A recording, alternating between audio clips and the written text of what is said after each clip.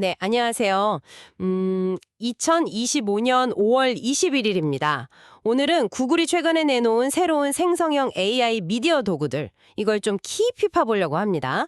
저희가 구글 블로그 글이나 GNN 기사, 또 디지털 워치 옵저버터리 자료 같은 걸 쭉 봤는데요. 이걸 토대로 구글의 최신 영상, 이미지, 음악 생성 기술이 어디까지 왔건지, 또 이게 여러분의 창작 활동에 어떤 의미가 있을지 같이 한번 알아보는 시간이죠. 네, 뭐 BO3, Imagen4, Lyria2, 그리고 Flow 같은 것들이요. 자, 그럼 바로 한번 들어가 볼까요? 역시 가장 뜨거운 감자인 BO3부터 시작해보죠. 그 이전 버전이나 뭐 오픈 AI의 소라 같은 거랑 비교하면 가장 큰 차이가 뭘까요? 네, 역시 가장 핵심적인 도약은 뭐랄까 영상하고 오디오를 같이 만든다는 점이에요. 그러니까 음향 효과나 배경소음, 심지어 대화까지도 영상이랑 함께 생성하는 거죠. GNN 기사 보니까 구글 딥마인드 CEO 데미스 허사비스가 이런 말을 했더라고요. 이제 AI 영상 생성의 무성 영화 시대는 끝났다.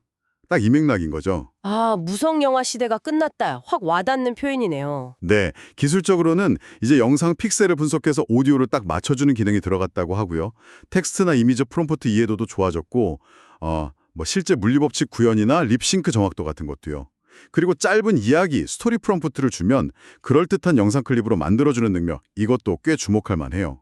그럼 이제 누가 쓸 수 있는 건가요? 지금은 미국 내 제미나이 울티어 구독자, 그러니까 구글의 그 유료 AI 플랜이죠. 월 한 $250 정도 하는 그분들이랑 플로우 사용자, 그리고 기업용인 버텍스 AI 사용자들한테 먼저 제공되고 있습니다. 아, 아직은 좀 제한적이네요. 그렇죠. 그리고 그 소라가 4K 지원한다고 해서 화제가 됐었는데 VO3도 4K인지는 아직 불분명하고요. 그렇군요. 그래도 오디오 동시 생성이라니 이거 정말 큰 변화 같은데요. 근데 VO3만 있는 건 아니죠. 원래 있던 VO2에도 업데이트가 있었다면서요? 아, 맞아요. VO2도 업데이트가 있었죠.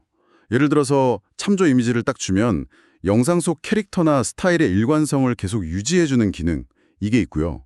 또 카메라 움직임, 뭐 회전이나 줌 같은 거 직접 제어하는 기능도 들어갔어요. 오, 카메라 제어까지. 네. 그리고 화면 밖을 자연스럽게 넓히는 아웃페인팅, 아니면 영상 속 사물을 넣거나 빼는 거, 이런 편집 기능들이 추가됐죠. 이게 단순히 만들기만 하는 게 아니라 좀 더 세밀하게 다듬는 과정까지 도와준다는 점에서 의미가 있거든요. 네, 훨씬 유용해지겠네요. 현재는 그 플로우라는 툴에서 일부 쓸 수 있고 곧 Vertex API 같은 걸로 더 확대될 예정이라고 합니다. 아, 마침 그 얘기 하셨는데 플로우. 이게 또 흥미롭더라고요. 여러 AI 도구를 하나로 묶은 뭐랄까 AI 영화 제작 도구라고요. 네, 맞습니다. 플로우는 VO나 이마젠, 제미나이 같은 구글의 다른 모델들을 다 통합해서 쓰는 거예요. 말 그대로 영상 제작의 흐름, 워크플로우를 만들어주는 거죠. 특히 VO를 염두에 두고 설계됐다고 하고요. 구체적으로 어떤 기능들이 있는 건가요? 아까 말씀드린 카메라 제어 기능은 물론이고요. 기존 장면을 편집하거나 늘리는 씬 빌더, 그리고 필요한 이미지나 영상 소스를 관리하는 에셋 관리, 또 뭐 영감을 얻거나 사용법 익히는 데 도움되는 플로우 TV 같은 것도 있어요. 이것도 그럼 지금 미국에서만 쓸 수 있는 건가요? 나라로 확대할 예정이라고 합니다.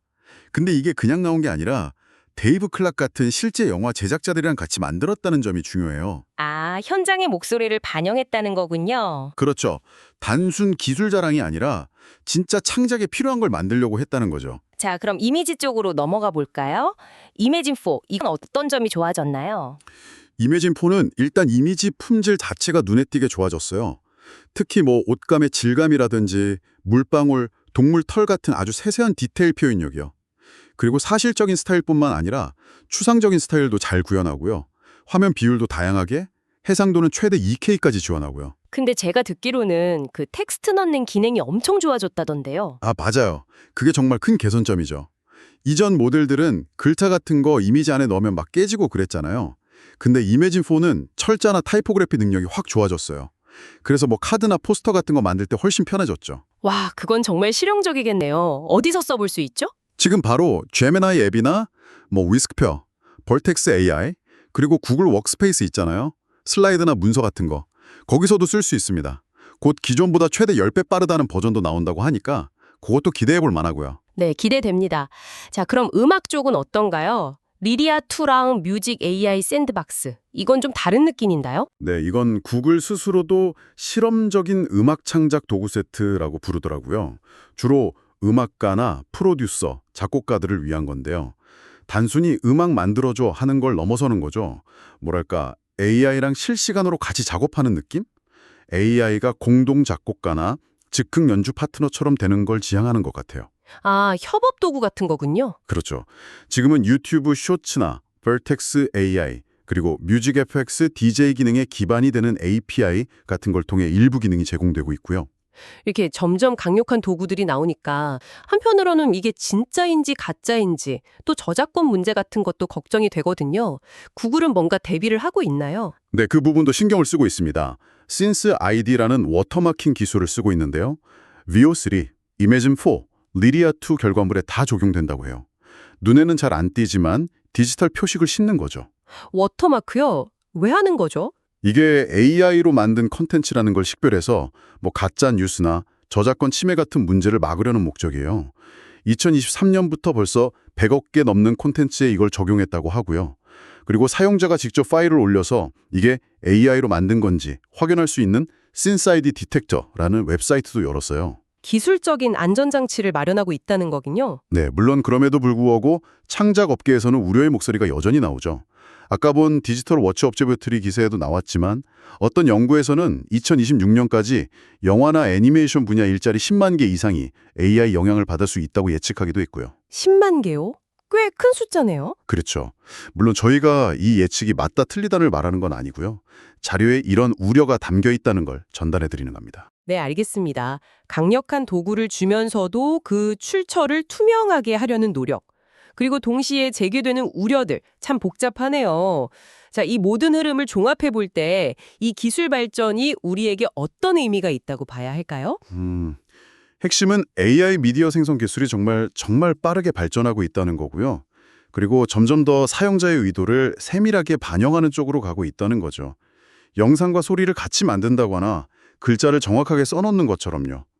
동시에 센스 아이디 같은 기술은 그만큼 콘텐츠의 진위성 문제나 창작 생태계에 미칠 영향에 대한 고민도 깊어지고 있다는 걸 보여주는 거고요. 구글이 계속 창작자들이랑 협력한다고 강조하는 것도 다 이런 맥락에서 이해할 수 있겠죠. 네, 기술이 문턱은 낮추지만 새로운 질문도 던지는 상황이군요. 맞습니다. 창의적인 표현은 더 쉬워지지만 동시에 진짜란 무엇인가, 또 창작자의 역할은 무엇인가 하는 근본적인 질문을 하게 만드는 거죠. 그렇군요. 마지막으로 그럼 여러분께 한번 이런 질문을 던져보고 싶습니다. 만약에요, 이 AI 도구들이 텍스트 프롬프트 입력만으로 아주 구체적인 대사나 카메라 움직임, 분위기까지 완벽하게 구현하는 영상을 만들 수 있게 된다면요. 그렇게 된다면 가까운 미래에 우리가 생각하는 감독이나 스토리텔러의 역할은 어떻게 바뀔 수 있을까요? 네, 이 질문을 한번 마음에 품고 앞으로의 변화를 지켜보시는 것도 흥미로울 것 같습니다.